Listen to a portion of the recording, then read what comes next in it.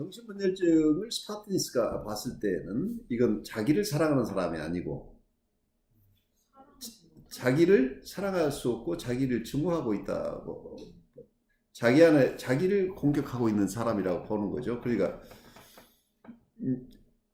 어떤 면에서 자기에게 좌절을 주는 대상, 어린 시절에 어머니 대상이라고 우리가 가정을 해본다면 그 어머니 대상에 대해 이 좌절 때문에 공격성이 생겨나는데, 아이 입장에서는 그 공격성을 어머니에게 건강하게 드러낼 수 있으면, 그 공격성을 드러내는 아이가 잘 수용될 수 있는 안전한 환경이라고 한다면 아이는 때를 쓰고 그 공격성을 드러낼 수 있겠죠.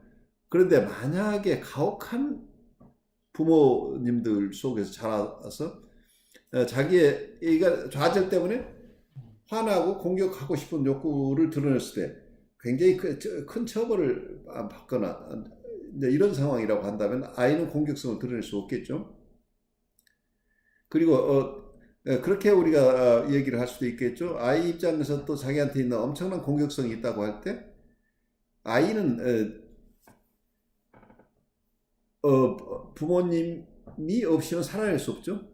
아이는 실존적인 위협하에 있는 거죠. 부모님, 특히 어머니가 사랑해주지 않으면, 어머니가 자기를 케어하거나 도와주지 않는다고 한다고, 돌봄이 없으면 인간의 아이는 살아날 수가 없어요.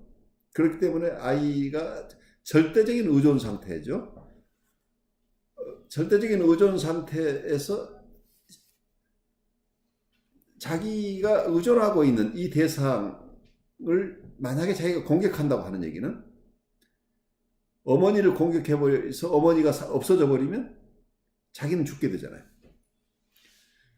그래서 어쩌면 대상을 보호해야 된다는 상황이 되죠.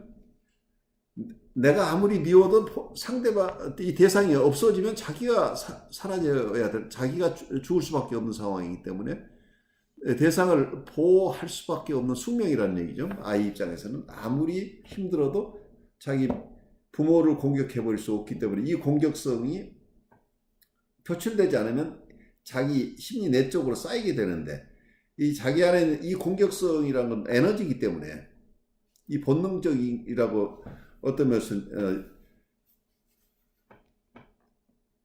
클래시컬한 프로이디안 입장에서는 인스팅트 티어리를 이해하고 있기 때문에 죽음 본능 또는 공격 본능이 우리한테 팽배해 있는데, 이 공격성이 어떤 면에서는 타고난 공격성이라는 이론을 제기하는 분도 있지만, 또 좌절 공격성이라고 얘기를 하는 분들도 있고, 여러 가지 견해가 다를 수 있겠죠. 어느 쪽을 더 중시하느냐는 다를 수 있겠지만, 일단 공격성이 외부로 방출되지 못하고 있게 되면 어떤 상황이 되느냐면, 원 대상에게 돼 자기를 좌절시키던 대상을 공격하지 못하면 그 공격성은 강력한 에너지로 남게 되는데, 이게 자기 심리 내에 쌓여 있게 되면 결국은 어떤 사람은 이 공격성이 정말 너무 외부의 자극이 심해서 감당할 수 없으면 외부에 있는 대상을 공격해 버릴 수도 있죠. 그렇게 되면 큰 실제 범죄 행위가 일어날 수도 있겠죠. 그렇지만 많은 사람들은 외부 대상을 공격하지 않고 자기 신체를 공격하는 경우, 이 공격성을 자기 바디로 이 공격성을 향하게 하는 경우도 있게 되는데, 이때는 그래서 많이 몸이 아픈 모습으로 드러나기도 하죠. 신체화 현상들, 소마타이제이션 현상들. 그래서 심리적으로 힘든데 왜 몸이 아플까 하는 부분은 이 공격성들이 신체를 공격하고 있다, 이해할 수 있다는 얘기예요.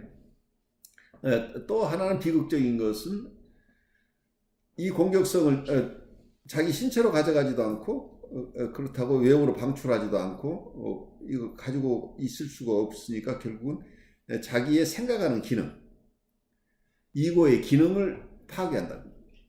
이고의 기능, 특히 어떤 커넥션을 만들어내는, 우리 안에 통합하는 기능, 어떤 사고하는 기능, 이 기능 자체가 사라져 버린다.